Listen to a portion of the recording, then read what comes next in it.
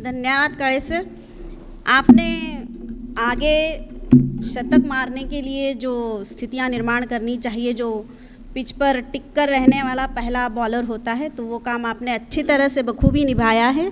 और ऐसा नहीं लगा कि आप कहीं घबरा रहे हैं या आपको लग रहा है कि आप हिंदी वालों में मराठी बोल रहे हैं तो कुछ समस्या है, ऐसा कुछ लग नहीं रहा था। काफ़ी अच्छी बैटिंग की और काफ़ी अच्छे से पिच पर आप स्थापित हो चुके हैं। अब बाकी के आने वाले जो हैं वो निश्चित तौर पर अच्छे शतक लगाएंगे, जिसका आनंद हम सभी लोग लेंगे।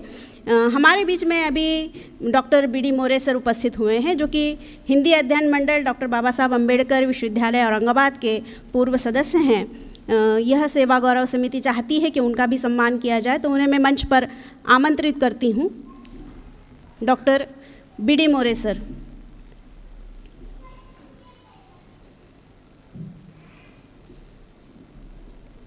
डॉक्टर बी डी मोरे सर, पूर्व सदस्य हिंदी अध्ययन मंडल डॉक्टर बाबा साहब अम्बेडकर विश्वविद्यालय औरंगाबाद।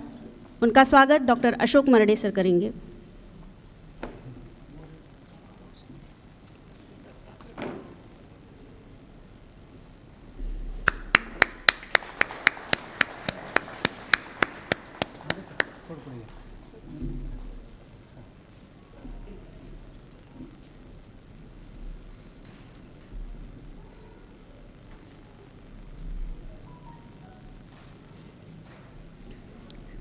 अब मैं अपना वक्तव्य रखने के लिए डॉक्टर जयसिंह राव देशमुख सर को आमंत्रित करती हूँ, जो कि प्रधानाचार्य हैं रामकृष्ण परमहंस महाविद्यालय उस्मानाबाद की।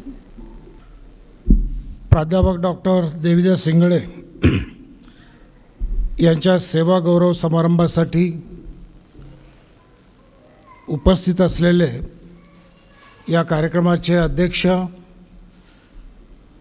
या उस्मानाबाद नगरीचे माजी नगराध्यक्ष आणि माझ्या महाविद्यालयाच्या महाविद्यालयीन विकास समितीचे सन्माननीय सदस्य आदरणीय नानासाहेब पाटील काका, या कार्यक्रमासाठी आवर्जून उपस्थित असलेले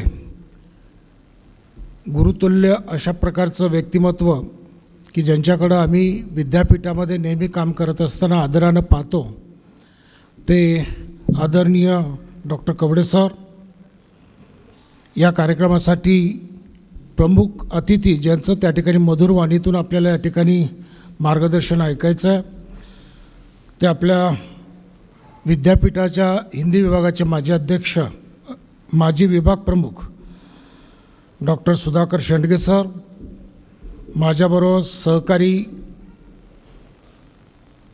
विद्यापीठामध्ये सिनेट सदस्य म्हणून कार्य करीत असलेले प्राध्यापक डॉक्टर काळे सर, श्रीयुत सुरवसे सर, आणि ज्यांचा सन्मान आणि सत्कार या ठिकाणी आयोजित केलेला आहे ते माझ्या महाविद्यालयातीलच हिंदी विभागाचे माजी विभाग प्रमुख आणि आजचे सेवा गौरव मूर्ती प्राध्यापक डॉक्टर देवीदास सिंगळे सर, त्यांच्या सुविद्य पत्नी, त्याचबरोबर या कार्यक्रमासाठी आवर्जून विद्यापीठातील आणि संलग्नित महाविद्यालयातील अनेक महाविद्यालयातील उपस्थित राहिलेले इंगळे सरांच्यावरती प्रेम आणि हिंदीवरती प्रेम करणारे सर्व उपस्थित प्राध्यापक बंधू, श्री स्वामी विवेकानंद शिक्षण संस्थेचे सर्व आजी माजी गुरुदेव कार्यकर्ते, इंगळे सरांचे सर्व आप्तिष्ट मित्रमंडळी आणि उपस्थित बंधू भगिनींनो,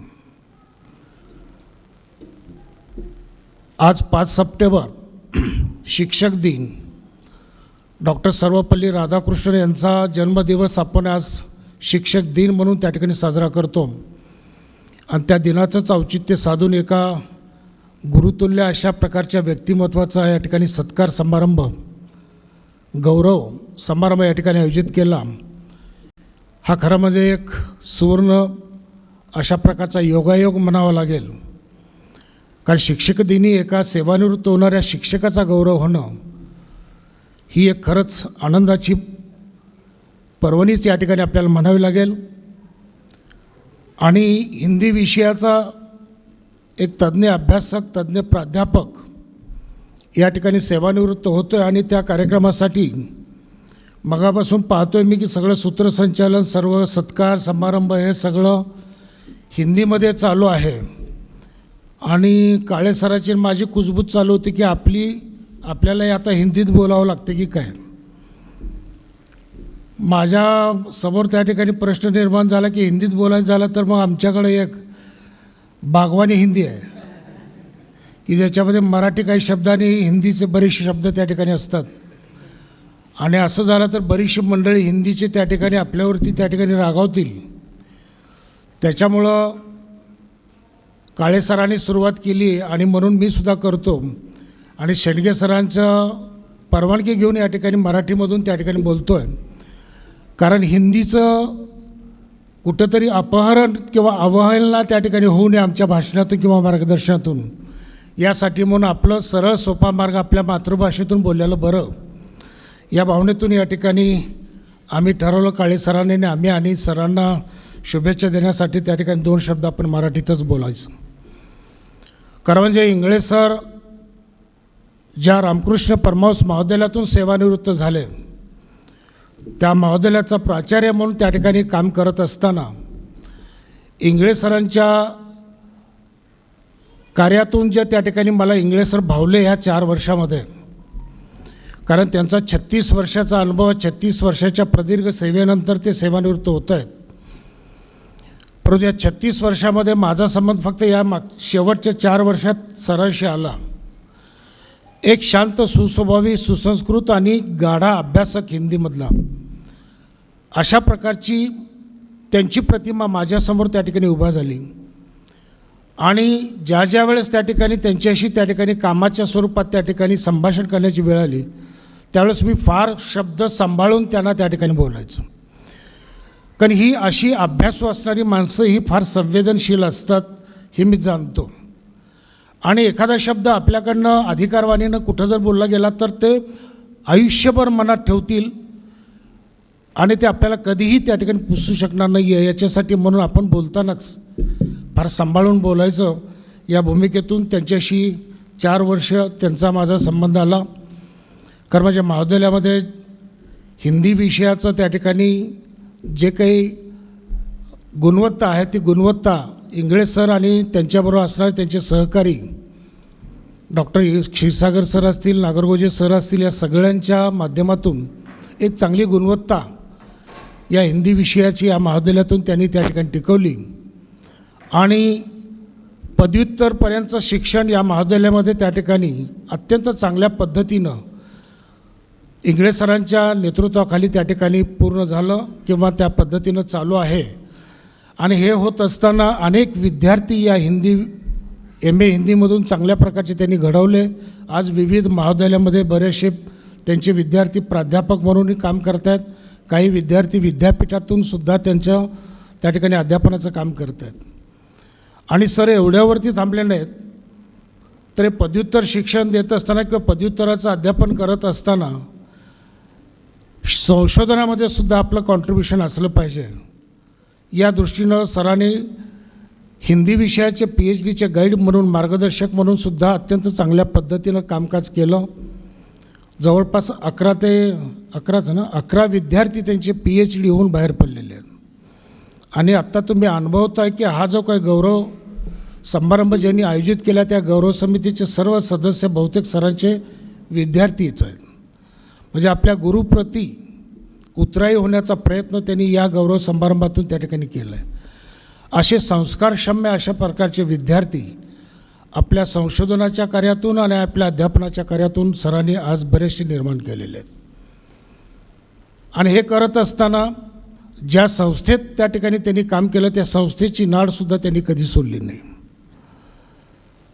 ज्या श्री स्वामी विवेकानंद शिक्षण संस्थेमध्ये त्यांनी आत्तापर्यंत 36 वर्ष अध्यापनाचं काम केलं, त्या संस्थेची विचारधारा, त्या संस्थेचे विचार, त्या संस्थेची संस्कार हे त्यांनी कधीही त्या ठिकाणी त्याला बगल दिली नाही किंवा त्याला कुठेही धक्का पोचेल अशा पद्धतीचं काम त्यांच्या हातून आजपर्यंत घडलेलं नाही आहे. ज्ञान, विज्ञान आणि सुसंस्कार यासाठी शिक्षण प्रसार हा जो काही परमपूज्य डॉक्टर बापूजी साळुंखे यांनी आम्हाला दिलेला विचार आहे, हे जे काही आम्हाला अंगीकारण्यासाठी दिलेलं ध्येय आहे, ते ध्येय उराशी आणि अंगी बाळगूनच आम्ही सर्व गुरुदेव कार्यकर्ते काम करतो आहे. ज्ञान तर विद्यार्थ्याला आम्ही देणारच आहोत, विज्ञानाचे धडे देणार आहोत, परंतु एक संस्कारी सुसंस्कृत चांगल्या पद्धतीचा समाजामधला नागरिक निर्माण करण्याचंही काम त्या ठिकाणी आम्ही सर्व गुरुदेव कार्यकर्ते करतो आहे. आणि हे करत असताना आपण त्या पद्धतीनं आचरण केलं तर पुढची पिढी त्या पद्धतीनं त्याचा अवलंब करेल किंवा त्या पद्धतीनं तो संदेश घेऊन ते समाजामध्ये पुढे जातील, याची खबरदारी आम्ही घेऊन सर्व गुरुदेव कार्यकर्ते काम करतो आहे. त्यामुळं या संस्थेचा जो वसा आणि वारसा आहे तो वारसा घेऊन इंगळे सरासारखे गुरुदेव कार्यकर्ते या संस्थेतून ते बरेचसे आज त्या ठिकाणी बाहेर पडलेले आहेत. परंतु बाहेर पडत असताना सुद्धा त्यांच्यावरती एक जबाबदारी परत राहते की तुम्ही सेवेतून तुमच्या नोकरीतून निवृत्त झाला, तुमच्या अध्यापनातून आणि तुमच्या पेशातून तुम्ही कधीच निवृत्त होऊ शकत नाही आहे. जो पेशा स्वीकारलेला आहे, जो बापूजींनी दिलेला विचार आहे, तो कधीही आपण त्या ठिकाणी मरेपर्यंत सोडत नाही आहे. आणि त्या विचारानं, त्या पेशानं किंवा त्या पद्धतीनंच आपण सुद्धा इथून पुढचा कार्यकाळसुद्धा शिक्षण क्षेत्राला वाहून घ्यावा, अशा प्रकारचे या निमित्तानं मी आवाहन करतो.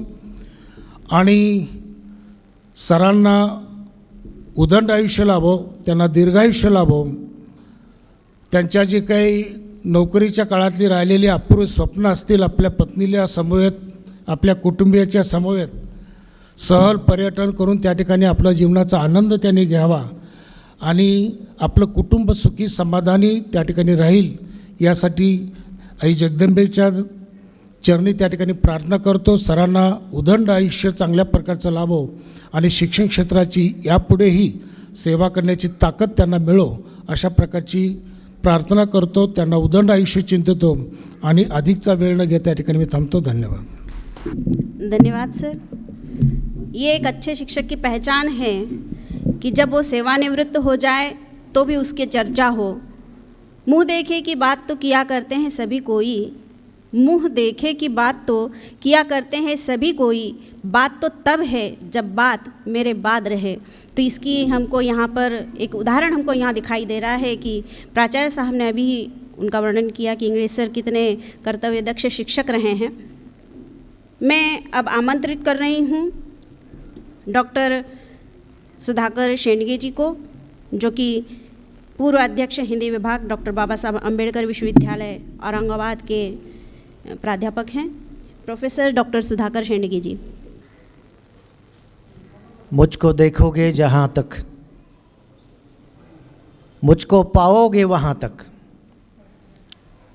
इस ज़मीं से आसमां तक मैं ही मैं हूँ, मैं ही मैं हूँ, दूसरा कोई नहीं, दूसरा कोई नहीं. ये पंक्तियाँ जिनके लिए चरितार्थ हो सकती है, ऐसा एक आदरणीय चरित्र, एक शिक्षक डॉक्टर देवीदास इंगळे जी के इस गौरव समारोह में अध्यक्ष के रूप में विराजमान इस नगरी के प्रथम नगराध्यक्ष आदरणीय नाना साहेब पाटिल जी,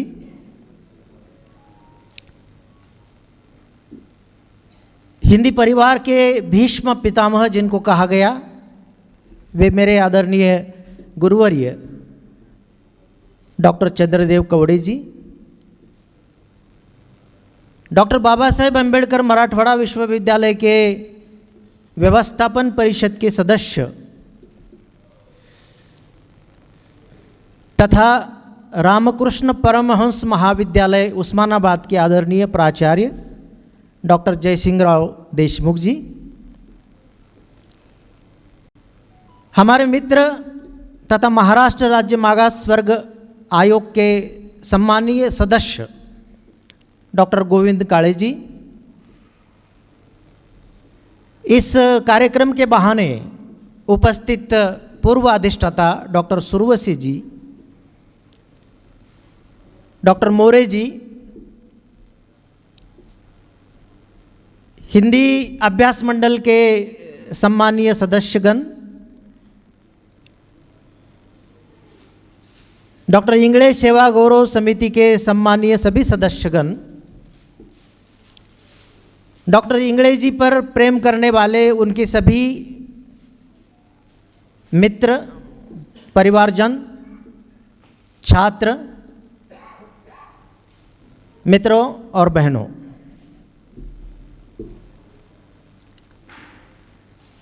कार्यक्रम जैसे जैसे शुरू हुआ वैसे दो बातों की चर्चा बार बार हो रही थी। डॉक्टर इंगड़े जी की 36 साल की सेवा और जहां यह कार्यक्रम मनाया जा रहा है उस कार्यालय का नाम है स्वयंवर। अब हम जैसे लोगों के मन में यह प्रश्न उपस्थित होना सहज स्वाभाविक था, एक शैक्षिक कार्यक्रम और किसी स्वयंवर में क्यों किया गया या किया जा रहा है। असल में इन विद्यार्थियों के मन में क्या होगा, लेकिन इस स्वयंवर के साथ एक बहुत सुंदर बात जुड़ी हुई है, वो बात है मंगल। और जिस किसी भी कार्य की हम शुरुआत करना चाहते हैं वो मंगल तरीके से हो। अभी ये भी प्रश्न उपस्थित हो सकता है कि ये शुरुआत नहीं, जैसे गोविंद काळे जी ने कहा ना कि सूर्योदय और सूर्यास्त में बहुत अंतर होता है, लेकिन सूर्यास्त भी शुरुआत ही होती है दूसरे दिन के सूर्योदय की। इसीलिए ये जिंदगी की एक भूमिका का सूर्यास्त भले ही हो रहा हो, लेकिन जिंदगी के एक पड़ाव का प्रारंभ भी हो रहा है। इस दृष्टि से भी ये मंगल कार्य कहीं हो तो किसी मंगल कार्यालय में ही हो। शायद इस तरह की भावना बच्चों की रही होगी, उनके छात्रों की रही होगी, ऐसा मेरे जैसे को लगता है। दूसरा एक बात की ओर आपका ध्यान गया कि नहीं, मैं नहीं जानता, लेकिन 36 का आंकड़ा वैसे बहुत अच्छा नहीं माना जाता। मेरा उनके साथ 36 का आंकड़ा है, लेकिन यहाँ आपके गुरुवर्य 36 साल के बाद रिटायर होने की कगार पर खड़े होते हुए भी इनका किसी के भी साथ 36 का आंकड़ा नहीं है। ये सही गौरव है इस गुरु का। और मेरी दृष्टि से यह बहुत महत्वपूर्ण बात है कि 36 साल की सेवा कोई मायने नहीं रखती। जैसे किसी ने कहा ना मेरे पहले बोलते समय कि सेवा देने वाले अनेक लोग हैं, कई लोग रोज रिटायर होते हैं, लेकिन हर एक का गौरव नहीं होता। कई बार तो मराठी में वो शब्द प्रयुक्त किया जाता है ना, बरं झालं एकदाची ब्यात चालली। लेकिन हिंदी परिवार एक ऐसा परिवार है कि जिसके लिए, जिसके सेवा गौरव के लिए किसी प्रकार का कोई मंगल कार्यालय भी कम पड़ जाए, ऐसे स्नेह रखने वाले लोग अपने गुरुजनों के साथ होते हैं। और इसमें केवल विद्यार्थी नहीं है, उसमें उनके स्नेही हैं, उनके मित्र हैं, जिन जिन परिवारों से उनका संबंध आया है वे सारे लोग इस समय उपस्थित हैं। मुझे ये सबसे बड़ा गौरव लगता है। जैसे जयसिंह राव कह रहे थे कि एक कार्यक्रम बनाने का भी एक मौका देखा जाता है, औचित्य जिसे कहा जाता है कि हमारे गुरु का गौरव तो हम करना चाहते हैं, लेकिन वो कब और कैसे करें। कोई ऐसा दिन हम ढूंढे कि जिस दिन में यदि ये कार्यक्रम मनाया जाए तो दूध में घी शक्कर वाला मौका हम ढूंढे। शिक्षक दिन, किसी ने ये भी कहा कि डॉक्टर सर्वपल्ली राधाकृष्णन का ये जन्मदिन है और वो शिक्षक दिन के रूप में मनाया जाता है। वो केवल डॉक्टर सर्वपल्ली राधाकृष्णन का जन्मदिन है इसीलिए नहीं मनाया जाता मित्रों। वो तो एक बहाना ढूंढा गया। ये दिन इसलिए मनाया जाता है कि डॉक्टर सर्वपल्ली राधाकृष्णन जैसा एक सामान्य शिक्षक भारत के सर्वोच्च पद तक पहुंचा और ये आदर्श दुनिया के सामने ये भारत रखना चाहता है, इसीलिए ये दिन शिक्षक दिन के रूप में मनाया जाता है। और इस देश के किसी भी ऊंचे ओहदे पर कोई भी आदमी यदि पहुंचता है तो उसका सारा श्रेय सबसे पहले उसके शिक्षकों को जाता है। इसलिए शिक्षक सबसे बड़ा होता है, इसलिए शिक्षक सबसे ऊंचा होता है। वो भले ही सादगी भरा होता है, वो अपने आप को निरंतर छोटा मानता है। और मैं तो ये मानता हूँ, कहने के लिए तो या जानने के लिए समझने के लिए तो हम ये कहते हैं कि ये किसी विश्वविद्यालय में पढ़ाते हैं, विश्वविद्यालय का शिक्षक बड़ा विद्वान होता है। ऐसा नहीं, विश्वविद्यालय में पढ़ाने वाला ही शिक्षक विद्वान होता है, ऐसा हरगिज नहीं होता। मैं तो ये मानता हूँ कि जो शिक्षक और विशेषकर प्राथमिक शिक्षक सही मायने में हमारी ज़िंदगी की नींव बनाने का काम करता है, वो शिक्षक सबसे बड़ा होता है। और इस दृष्टि से मुझे एक वाकया याद आ रहा है कि छोटे छोटे गांव से, छोटे छोटे घरों से आने वाले हम लोग और हमारे सपने कितने छोटे छोटे होते हैं। ये ग्रंथ जो है ना साहित्य साधना वाला, इसको आप जब बारीकी से पढ़ लीजिएगा तो आपके कुछ बातें समझ में आ जाएंगी। इंगड़े जी ने कुछ अपने बारे में कहा है कि क्या था मेरा सपना, और स्कूल भी मैं जाना नहीं चाहता था। मेरे पिताजी के अनुशासन के कारण मैं स्कूल तक पहुंचा और स्कूल में रहा, अन्यथा मैं भाग जाता था स्कूल से। मुझे अन्य बातों में रुचि थी। मित्रों, किसानों की परंपरा में एक ऐसा माहौल है हमारे इर्द गिर्द कि कोई परंपरा ही नहीं है, और जिस घर में कोई परंपरा नहीं है उस घर में होड़ कहाँ से आई।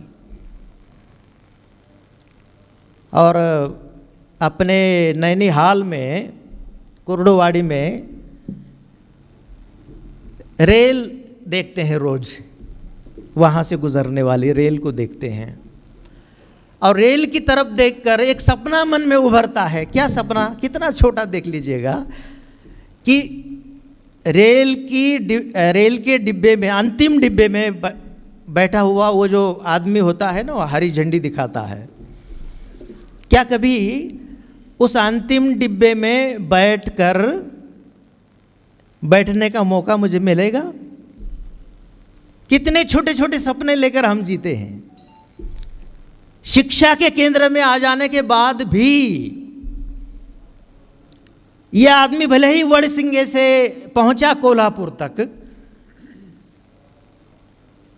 लेकिन एमए होने के बाद उसकी परिस्थिति ने उसको यही कहा कि तू बीएड कर और किसी प्राथमिक या माध्यमिक शिक्षक के रूप में अपनी भूमिका निभा।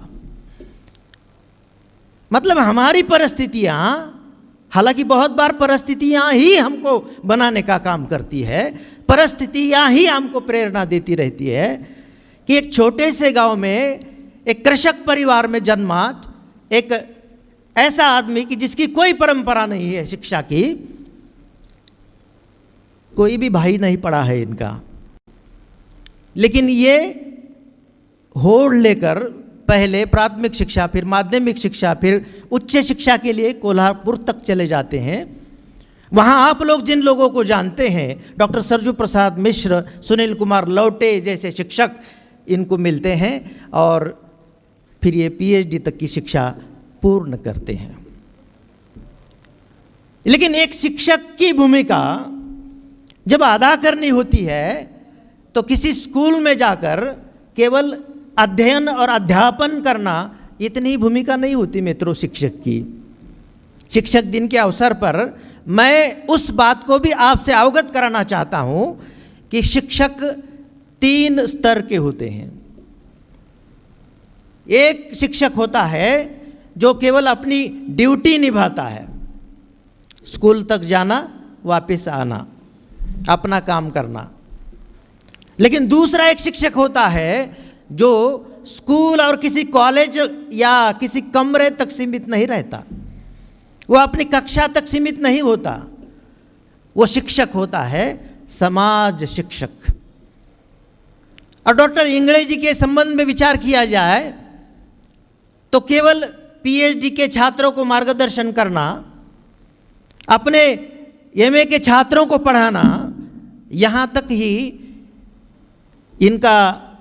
इनकी सीमा नहीं है, यहाँ तक ही इनका दायरा नहीं है, बल्कि इसके बाहर जाकर मैं कुछ करना चाहता हूँ।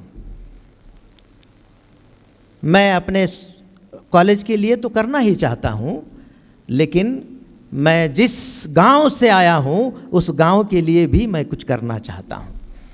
वहाँ की परिस्थितियों को मैं बदलना चाहता हूँ। मुझे कोई पद और प्रतिष्ठा की अपेक्षा नहीं है, लेकिन एक शिक्षक होने के नाते मेरा जो दायित्व है, उत्तरदायित्व मैं निभाना चाहता हूँ। और ये उत्तरदायित्व जो निभाता है वो सही शिक्षक होता है मित्रों। इसलिए इस ऐसे शिक्षक में इस तरह की ललक पैदा हो जाती है कि मुझे और कुछ करना है।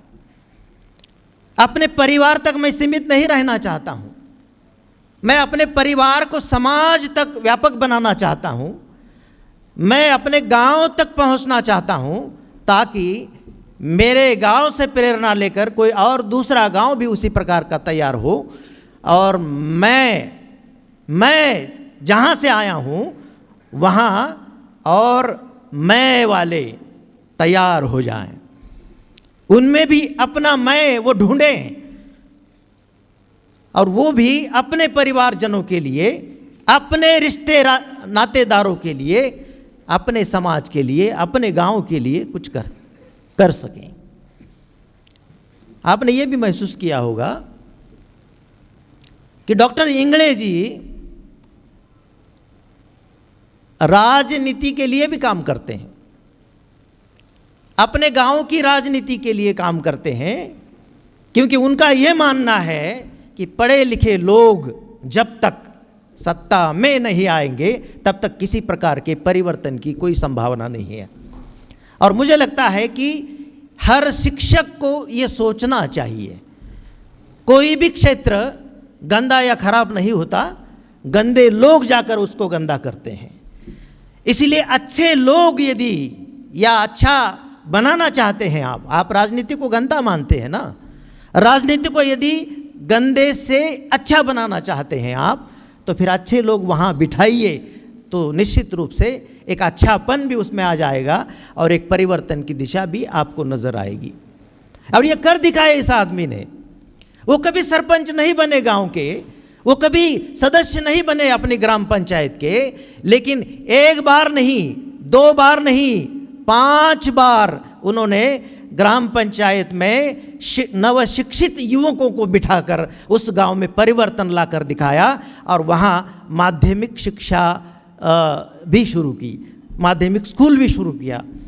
तो मुझे लगता है कि उनके ज़माने में जो कमियां थी, मैं जिस परिस्थिति से आया हूँ, मेरे समय प्राथमिक शिक्षा थी गांव में केवल, और यदि मैं उसमें परिवर्तन लाना चाहता हूँ तो मुझे इस दिशा में भी काम करना चाहिए। इस प्रकार की होड़ डॉक्टर इंगड़े जी में थी, इसीलिए एक आदर्श शिक्षक हमारे सम्मुख उपस्थित हुआ। मैं थोड़ा सा टटोल रहा था इस साहित्य साधना ग्रंथ को, इस बहाने एक व्यक्ति को केवल अच्छा लगे इसलिए नहीं, बल्कि आप देख लीजिएगा कि कम से कम इस व्यक्तित्व के साथ 30 विशेषण जोड़े गए हैं। ये मैंने नहीं जोड़े, आप में से हर किसी ने एक दो जोड़ने का प्रयास किया। क्या कहा डॉक्टर इंगड़े जी के संबंध में आप जैसे लोगों ने या उनके छात्रों ने? कहिए, शांत, संयमी, विनयशील, मिलनसार, हंसमुख, सादगी भरा, निगर्वी, अजात शत्रु, सहृदयी, संवेदनशील, मितभाषी, सज्जन, मृदु, नम्र, शालीन, संघर्षशील, विवेकी, स्वाभिमानी, दृढ़ निश्चयी, उदार मना, अनुरागी, निष्ठावान, ईमानदार, अध्ययनशील, परिश्रमी, क्षमाशील, ज्ञान पिपासु और शीलवान। इतने सारे और सुसंस्कृत। और गुरुजी का प्रशस्ति पत्र है, उनका छात्र सुसंस्कृत है, तो इससे बड़ा कोई प्रशस्ति पत्र नहीं हो सकता। मित्रों, अंतिम विशेषण मैंने गिनाया आपके सामने, शीलवान, जैसे उन्होंने कहा, सुसंस्कृत। और भाभी जी का एक वाक्य है कि भले ही मेरे पति ने घर की ओर ध्यान नहीं दिया, लेकिन मुझे मेरे पति पर गर्व है। ये बहुत छोटी लगती है हमको बात, लेकिन ये सबसे बड़ी बात है कि एक पत्नी को ऐसा लगे कि मेरा पति ऐसा है कि मुझे उस पर गर्व महसूस होता है। नहीं तो अनेक बार आपने ये सुना है, ये देखा है कि चोरी चोरी, चुपके चुपके या दबे दबे, है ना, आमच्या ह्यांना तर काही कळतच नाही। मतलब महिलाएं किस प्रकार की बात अपने पति के संबंध में करती है। और एक अनुभव, यह अनुभव नहीं है, केवल एक जिम्मेदारी का एहसास कि भले ही मेरे पति ने हमारे घर की ओर ध्यान नहीं दिया, लेकिन मेरे पति ने वो कर दिखाया जो सभी को नहीं भाता या सब नहीं कर पाते। और यदि वो ये मानते हैं, कौन, देवीदास इंगड़े ये मानते हैं कि मेरे परिवार में मेरे केवल 3 बच्चे नहीं हैं, मेरे 2 बेटे, मेरे 2 बेटियां, बल्कि जिन जिन को मैं पढ़ाता हूँ, जिन जिन से मेरा संबंध आया है, मेरे पीएचडी के छात्र हो न हो, मेरे कक्षा के छात्र, मेरे निजी संबंध में आए हुए सभी छात्र मैं अपने बेटे और बेटियां मानता हूँ। और ये बहुत बड़ी बात है कि जब कोई शिक्षक ये भूमिका निभाता है समाज के लिए, तब उनकी पत्नी ये माने कि मेरे घर की जिम्मेदारी अब मुझ पर है। और भाभी जी का मैं अभिनंदन करूंगा कि भाभी जी ने घर संभाला आज तक, और अपने बेटों को शिक्षा के संबंध में भी संस्कारित किया। और जैसे अपने पति को किसी टेढ़े रास्ते पर जाने से भी बचाया भाभी जी आपने। नहीं तो कहने के लिए शिक्षक गोविंदराव, अनेक लोग किन किन ढाबों में कहाँ कहाँ रुकते हैं, रात को कितने बजे आते हैं, किस रूप में आते हैं, ऐसे भी महान चरित्र हम देखते हैं ना। लेकिन कभी भी किसी भी प्रकार का कोई अन्यत्र आचरण इस व्यक्ति के रूप में हमको नहीं देखने को मिला। इनके जो पुत्र और पुत्रियां हैं, उनके संबंध में भी यह कहा गया कि ये उच्च शिक्षा विभूषित बनाए गए हैं। और मुझे वो बात अच्छी लगी कि पुत्र और पुत्रियां तो शिक्षकों के पढ़ते हैं, लिखते हैं, किसी ओहदे तक भी पहुंच जाते हैं, लेकिन बेटों और बेटियों का ये कहना कि हमारे पिताजी ने हमको वही करने दिया जो हम करना चाहते थे। मतलब स्वतंत्रता की बात करना और फिर अपने बच्चों पर कुछ न कुछ लादना कि तुम्हें डॉक्टर ही बनना है, तुम्हें इंजीनियर ही बनना है। लेकिन डॉक्टर इंगड़े जी अपने बेटे को ये कहते हैं कि तुम्हें कवि बनना है ना, लिखो कविताएं। तो इस प्रकार की स्वतंत्रता कि मेरे अंतर मन में कुछ शब्द छिपे हुए हैं और उन शब्दों को मैं कापियों पर उतारना चाहता हूँ। इतना ही नहीं, एक एक दो दो नहीं, तीन तीन कविता संग्रह के प्रकाशन करवाने में प्रेरणा देने का काम आदरणीय देवीदास इंगड़े जी ने किया है। क्योंकि किसी कविता का बीजारोपण उनके मन में भी कभी होता रहा है। उन्होंने भी कविताएं लिखी है, मराठी में कविताएं लिखी है, हिंदी में कविताएं लिखी है। भले ही उनके कविता संग्रह आज तक नहीं आए हमारे दुनिया के सामने, लेकिन बहुत जल्द आ जाएंगे। और मुझे एक बहुत अच्छी लगती है एक बात कि अंतिम कगार पर आ जाता है आदमी तो 4-5 साल पहले ही दम तोड़ देता है। जयसिंगराव, आमचं काय आता 2-4 वर्ष तर राहिले, मतलब गिनने लगता है वो दिन। लेकिन ये आदमी अपने अंतिम विदाई के समय तक भी काम करता रहा और उसके मन में ये कसक रही अंत तक कि बड़ी मेहनत और शिद्दत के साथ एक मजमा बनाया था हमने और एक पाठ्यक्रम भी बनाया था। वो पाठ्यक्रम यदि शुरू होता तो मुझे और अच्छा लगता। तो ये काम करने की ललक अंतिम समय तक इस आदमी में हमको देखने को मिली।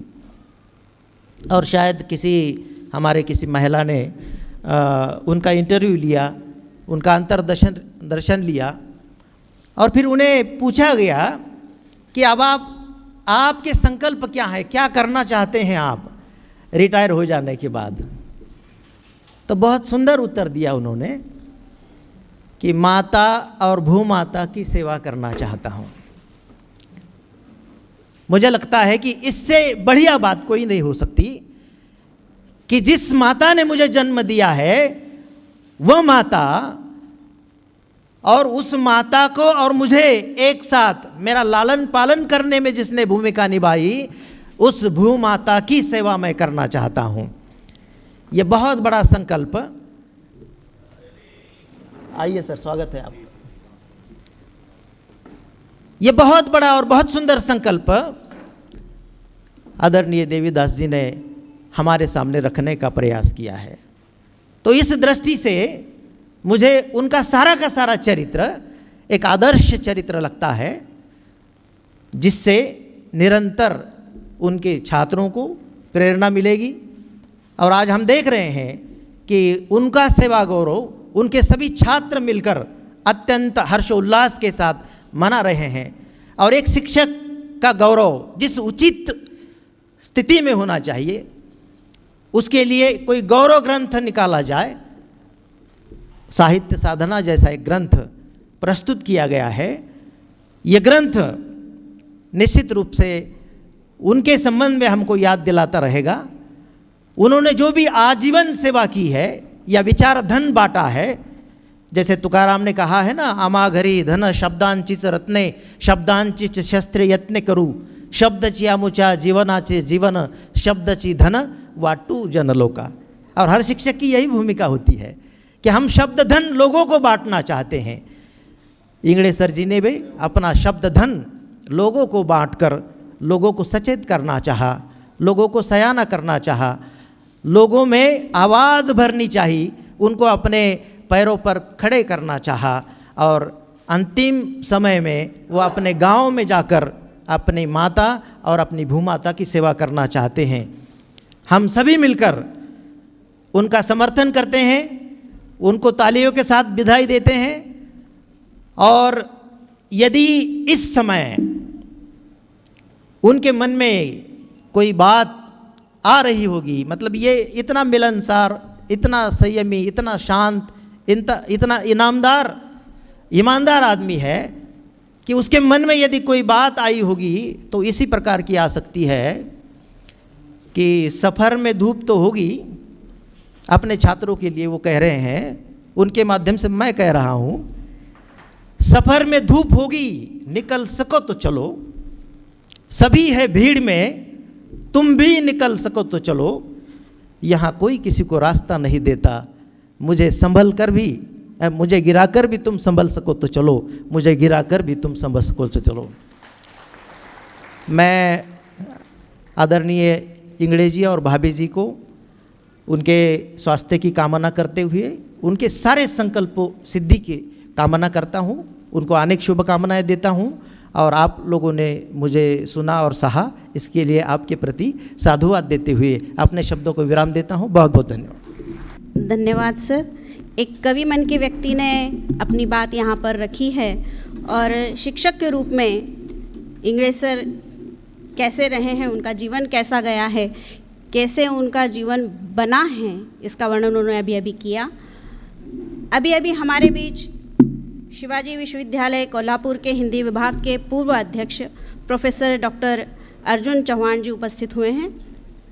इंगड़े सेवा गौरव समिति उनका स्वागत करना चाहती है। मैं आमंत्रित करती हूँ डॉक्टर येल्लुरे सर को कि वे आएँ और चौहान सर का स्वागत और सत्कार करें। डॉक्टर अर्जुन चौहान सर, पूर्व अध्यक्ष हिंदी विभाग, शिवाजी विश्वविद्यालय कोल्हापुर।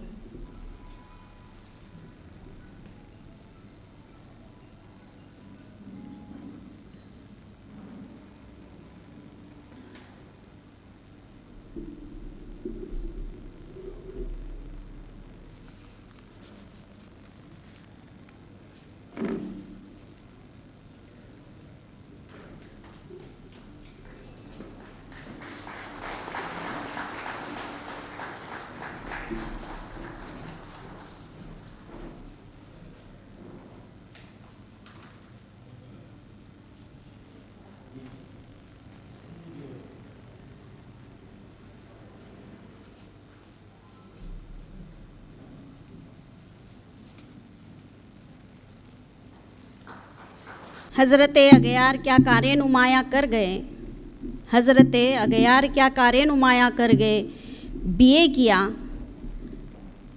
किया पेंशन मिली और मर गए। लोगों का इतना संक्षिप्त सा ऐसा जीवन रहता है, लेकिन इंगड़े सर ने आज ये सिद्ध किया कि वे एक कर्तव्यदक्ष शिक्षक हैं। उनके कई सारे छात्र और उनके जोड़े हुए स्नेही लोग यहाँ आज उपस्थित हैं। अब मैं आमंत्रित कर रही हूँ उस्मानाबाद जिले के ही भूमिपुत्र डॉक्टर चंद्रदेव जी कवड़े को, वे आएँ और अपना मनोगत रखें। डॉक्टर चंद्रदेव जी कवड़े। डॉक्टर देवीदास राव सेवा गौरव समारंभ एवं गौरव ग्रंथ विमोचन के इस अवसर पर मंच पर आसीन इस समारोह के अध्यक्ष आदरणीय नाना साहेब, जिस महाविद्यालय में देवीदास राव की सेवाएं अर्पित हुई, उस महाविद्यालय के प्राचार्य डॉक्टर जय सिंह राव, जिस विश्वविद्यालय के हिंदी अभ्यास मंडल के अध्यक्ष रहे देवीदास राव, उस विश्वविद्यालय के हिंदी विभाग के पूर्व अध्यक्ष तथा प्रोफेसर डॉक्टर सुधाकर जी,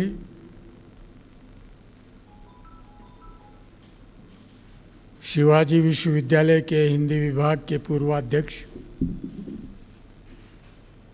पर इसी परिसर के उस्मानाबाद के, मुझे उस्मानाबाद के पुत्र कहा गया, तो वे भी उस्मानाबाद के ही पुत्र हैं। ऐसे शिवाजी विश्वविद्यालय के हिंदी विभाग के पूर्व अध्यक्ष डॉक्टर अर्जुन राव, राज्य मागास वर्ग आयोग के सदस्य डॉक्टर गोविंद राव और शायद इस मंच पर विराजमान डॉक्टर मगन राव जी और मेरे सम्मुख लगभग मेरी ही पीढ़ी के विराजमान प्राध्यापक बाबूराव जी। मेरे बाबूराव जी कहने के बाद कईयों को पता नहीं चला होगा कि मैंने किसका नाम लिया, क्योंकि आपने देखा होगा मैंने अब तक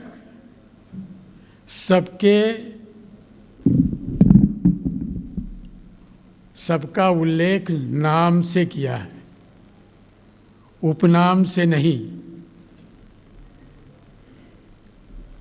और मैं अक्सर कहा करता हूँ और अभी भी मंच पर से सबसे क्षमा मांगते हुए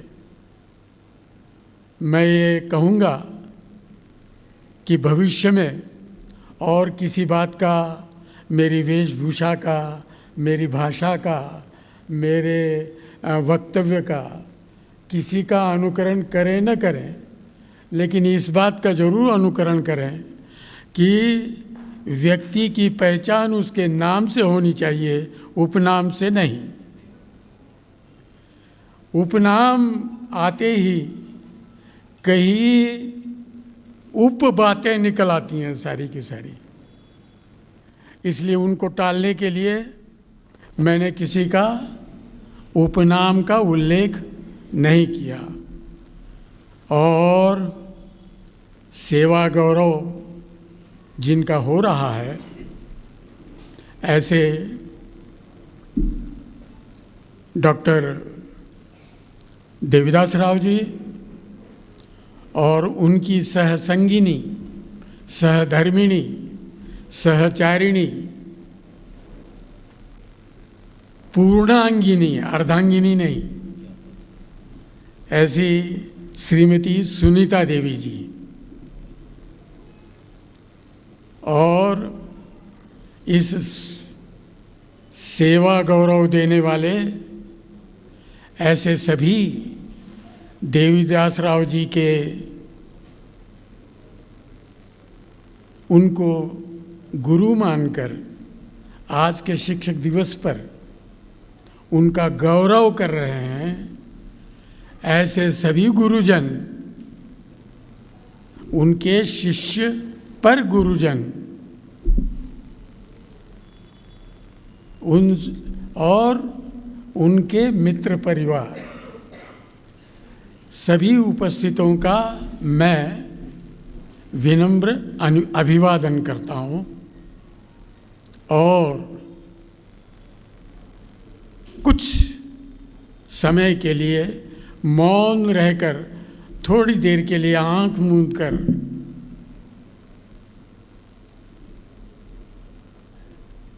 मैंने मन ही मन कहा कि इस भव्य आयोजन का गौरव जिनको प्राप्त हुआ, ऐसे देवीदास राव जी, मैंने ये मन ही मन प्रार्थना की कि विश्वानि देव सवितर दुरितानि परासुव यद भद्रम तन्न आसुव, कि इस संसार में, इस वातावरण में, चाहे कोविड कोरोना का हो या न हो, इस दुनिया के सारे दुरित, दुर्गुण, दुख, विषमताएं समाप्त हों और भद्रम, जो कल्याणकारी है, जो समता मूलक है, जो मंचासीन और मंचाभिमुख इनमें फर्क न करता हो, ऐसे वातावरण की निर्मिति, ऐसा जो कुछ भी भद्र है वो हमें मिले, वो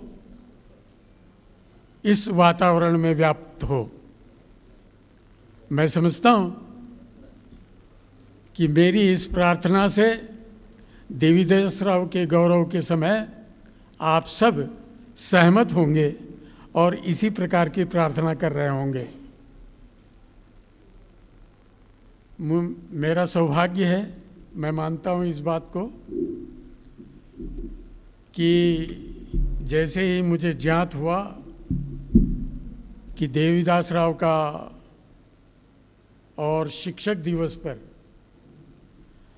ये ठीक है कि कोई देवीदास राव को सर कहता होगा, कोई देवीदास राव को गुरुजी कहता होगा, कोई देवीदास राव को प्रोफेसर कहता होगा, कोई देवीदास राव को प्राध्यापक कहता होगा, कोई देवीदास राव को आचार्य कहता होगा और कोई देवीदास राव को जैसे आज वो कह रहा है गुरुजी और उनका गौरव कर रहा है, ऐसे इस समारोह में समारोह हो रहा है संपन्न शिक्षक दिवस पर, तो मैं भी क्यों न इस बात का लाभ उठाऊं कि शिक्षक दिवस पर एक अच्छे शिक्षक के सम्मान गौरव के समय मैं भी उनका गौरव करूं। और न केवल गौरव मैं उनका कर रहा हूं, लेकिन अपने आप को गौरवान्वित महसूस कर रहा हूं।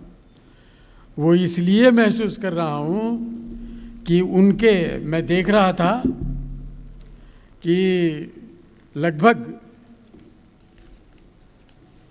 लंबी सूची है उनके शिष्योत्तमों की। उस सूची की गिनती के बजाय मैं धन्यवाद करूंगा कि डॉक्टर अशोक जी का और डॉक्टर विनोद कुमार जी का, कि उन्होंने उनकी साहित्य की साधना के रूप में एक गौरव ग्रंथ का प्रकाशन किया और उसमें एक लंबी सूची दी और लगभग 60-70 ऐसे शिष्योत्तमों की सूची है, लेखकों की और सबकी सूची है जो उनका गौरव कर रहे हैं। उनके इस गौरव में सम्मिलित होते हुए मैं आपको, अपने आप को इसलिए गौरवान्वित महसूस कर रहा हूँ कि देवीदास राव आपके साथ साथ आपको गौरवान्वित करने वाले वो भी मुझे गौरवान्वित कर रहे हैं इस बहाने, ऐसे मुझे लगता है। इसलिए मुझे धन्य महसूस होता है। खैर, बड़ी लंबी बात हुई ये प्रारंभिक, लेकिन आप जरा विचार करके देखिए, बाबूराव जी की बात नहीं, देवीदास राव की बात है कि उनके इस गौरव समारंभ में आप साक्षात उपस्थित हैं। लेकिन भविष्य में ये सबको गौरव प्राप्त होगा। आज की ये तकनीकी दुनिया आभासी दुनिया है और भविष्य में कहीं दूर बैठकर कुछ दिनों के बाद शायद देवीदास राव भी इस बात को महसूस करते, लेकिन वो ऐसे समय में सेवा गौरव पा रहे हैं जिस समय आप रूबरू हो रहे हैं, आमना सामना कर रहे हैं। हालांकि चेहरे थोड़े से छिप गए हैं इसलिए जल्दी पहचान नहीं होती, लेकिन थोड़ा सा संवाद होती, थोड़ा सा चेहरा खुला करते एक दूसरे को हम पहचान रहे हैं, एक दूसरे की पहचान हो रही है, एक दूसरे को समझ रहे हैं, एक दूसरे के साथ सीधे संवाद हो रहा है। भविष्य में संभव है किसी अध्यापक के जीवन में ये होगा। प्राचार्य साहब भी शायद इस बात को बाद में महसूस करेंगे कि उनके महाविद्यालय के देवीदास राव का इस प्रकार का समारंभ हुआ, अपना हो सकेगा। तकनीकी दुनिया में ये होगा कि आप कहीं दूर बैठे हैं और दूर से ही अपने गुरुजी का गौरव कर रहे हैं। वो कैसा गौरव होगा, कल्पना कीजिए। इसलिए ये एक आह्वान है। मैंने तकनीक और आभासी दुनिया की जो बात कही वो इसलिए कि अब इनके जो शिष्योत्तम हैं उनके सामने आह्वान है कि ऐसी आभासी और तकनीकी दुनिया में भी आप इस प्रकार का गौरव पाएं जिस प्रकार का गौरव हमारे देवीदास राव जी ने पाया। इस प्रकार की अपेक्षा व्यक्त कर देवीदास राव आपका पुनः पुनः अभिनंदन करते हुए और नई इस वातावरण में अपनी नई पीढ़ी को उस प्रकार की प्रेरणा देते हुए और जैसे सुधाकर राव ने, जैसे जयसिंह राव ने, जैसे गोविंद राव ने आपसे अपेक्षाएं व्यक्त की और जैसे नाना साहब आपसे अपेक्षा व्यक्त करेंगे, उन सारी अपेक्षाओं की आप पूर्तता करने के लिए निरामय और दीर्घायुषी हों, इस प्रकार की प्रार्थना करते हुए मैं अपना स्थान ग्रहण करता हूँ। धन्यवाद।